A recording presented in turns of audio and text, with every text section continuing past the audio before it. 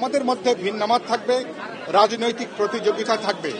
রাজনৈতিক প্রতিযোগিতাকে কোনো সহিংস, কোনো দখলদারিত্বে, কোনো বৈরী, কোনো রাজনৈতিক সংস্কৃতি কোনোভাবে যাতে প্রশ্রয় না পায়, আমি আশা করি সকল রাজনৈতিক দল এ ব্যাপারে দায়িত্বশীল ভূমিকা পালন করবেন।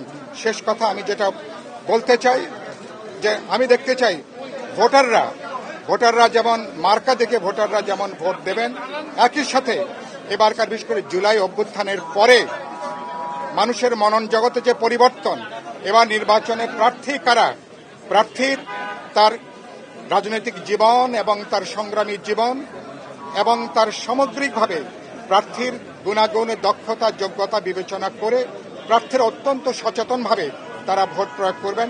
ঢাকা 12 আসনের, আমি আপনাদের মাধ্যমে ঢাকা 12 আসনের ভোটার, জনগণ এবং সকল উদ্দেশ্যে যেটা বলতে চাই, ঢাকা 12 আসনে এবার আমি বিপ্লবী ওয়ার্কার্স পার্টি বিএনপি সহ জোটের প্রার্থী হিসেবে যেহেতু এখানে নির্বাচন করছি, সুতরাং ঢাকা 12 আসনকে বাস্তবে এখানে নাগরিক সেবা এখানে বিপর্যস্ত। নাগরিক সেবাকে আমি নিশ্চিত করতে চাই। এখানে সন্ত্রাস, মাফিয়া, চাঁদাবাজি, দখলদারিত্বে মানুষের কিন্তু জান ওষ্ঠাগত। সুতরাং আমাদের নির্বাচনী ওয়াদা হবে, আমরা সন্ত্রাস, মাদক, দখলদারিত্ব, যে কোনো জবরদস্তির বিরুদ্ধে অবশ্যই আমরা জনগণকে সাথে নিয়ে, ভোটারদেরকে নিয়ে আমরা এখানে গণপ্রতিরোধ আমরা এখানে জোরদার করব। এবং একই সাথে বলতে চাই, শহরে যে নাগরিক সেবা ঢাকা 8 বা ঢাকা 12, এটা বাস্তবে বাংলাদেশের প্রায় প্রাণকেন্দ্র আমরা বলতে পারি। এখানকার ভোটাররা খুবই সচেতন। আমি আশা করব কোনো চাপ, কোনো হুমকি, কোনো প্রলোভন, কোনো সন্ত্রাসের কাছে কোনো ভোটাররা এবার জিম্মি হবেন না।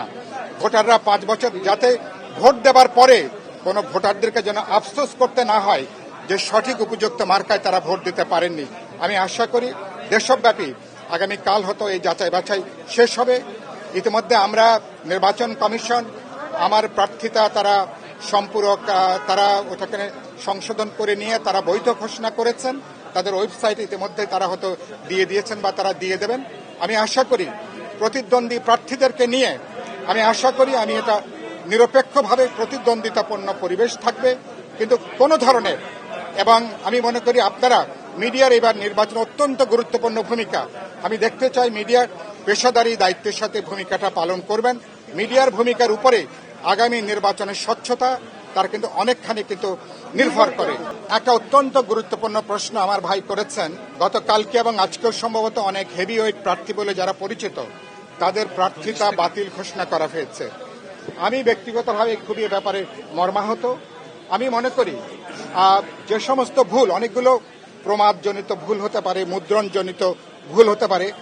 নির্বাচন কমিশনের যে মনোনয়নপত্র, কিছু অংশ আছে যেগুলো অপরিবর্তনীয়, যেখানে ভুল হলে বাতিল হবে। কিছু অংশ আছে যেগুলো সংশোধন করার জায়গা আছে। অবজারভেশন থাকলে ছোটখাটো ত্রুটি ভুলটাকে সংশোধন করবার সুযোগ আছে। আমি মনে করি ছোটখাটো ভুল কোনো রাজনৈতিক বিবেচনার মধ্যে না নিয়ে, বিশেষ করে যাদের আপনারা দেখবেন যে যদি গুরুত্বপূর্ণ তথ্যগুলো যদি সঠিক থাকে, আমি কোনো গুরুত্বপূর্ণ প্রার্থীর বৈধতা, তাদের প্রার্থিতা অবৈধ করাটাকে আমি মনে করি এটা যুক্তিসঙ্গত হবে না। প্রয়োজন বোধে তাদেরকে সুযোগ দেবেন, সম্পূরক দলিলপত্র দিয়ে তারা যাতে নির্বাচনে অংশগ্রহণ করতে পারেন। মানুষ যাদেরকে আগামী পার্লামেন্টে দেখতে চায়, বিশেষ করে গত গণ অভ্যুত্থানের 16 বছর 36 দিনের লড়াইয়ে সংগ্রামী মানুষরা যেন আগামী পার্লামেন্টে প্রতিনিধিত্ব করতে পারেন, পরবর্তী গণতান্ত্রিক অভিযাত্রায় তারা যেন ভূমিকা রাখতে পারেন। আমি আশা করি সরকার, নির্বাচন কমিশন সবাই মিলে সেই সুযোগটাকে আমরা যেন নিশ্চিত করতে পারি।